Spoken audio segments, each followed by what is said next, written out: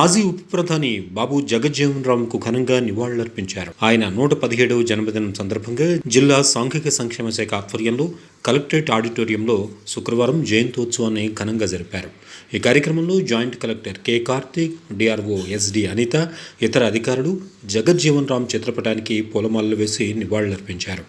ఈ సందర్భంగా సంక్షేమ వసతి గృహాల విద్యార్థులు మాట్లాడుతూ జగజ్జీవన్ జాతికి చేసిన సేవలు శ్లాఘించి జీవిత విశేషాలు వివరించారు. ఈ కార్యక్రమంలో DRDA PD A Kalyan Chakravarthi, MEPMA PD Sudhakar Rao, ZP CEO Sridhar Raja, SP corporation ED Sudharani, సాంఘిక సంక్షేమ శాఖ డిడి రామానందం, సంక్షేమాధికారులు, వివిధ శాఖల ఉద్యోగులు, విద్యార్థులు పాల్గొన్నారు.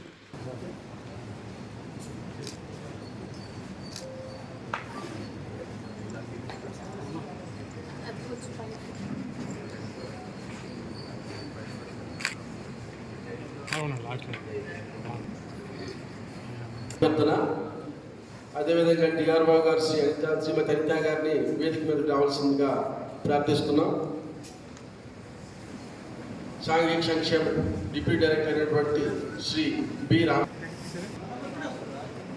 డిఆర్డీఏ పీడీ గారిని కూడా వేదించుకొని ఇచ్చేసినటువంటి ముఖ్య అతిథులకు, జిల్లా అధికారులకు, సాంఘిక భాగంగా ముందుగా శ్రీ వైజ్యోతి కుమారి వైజ్యోతి వచ్చి బాబు జగజ్జీవన్ బాబు జగజ్జీవన్ రావు జయంతి సందర్భంగా కొన్ని విషయాలు మాట్లాడుకుందాం.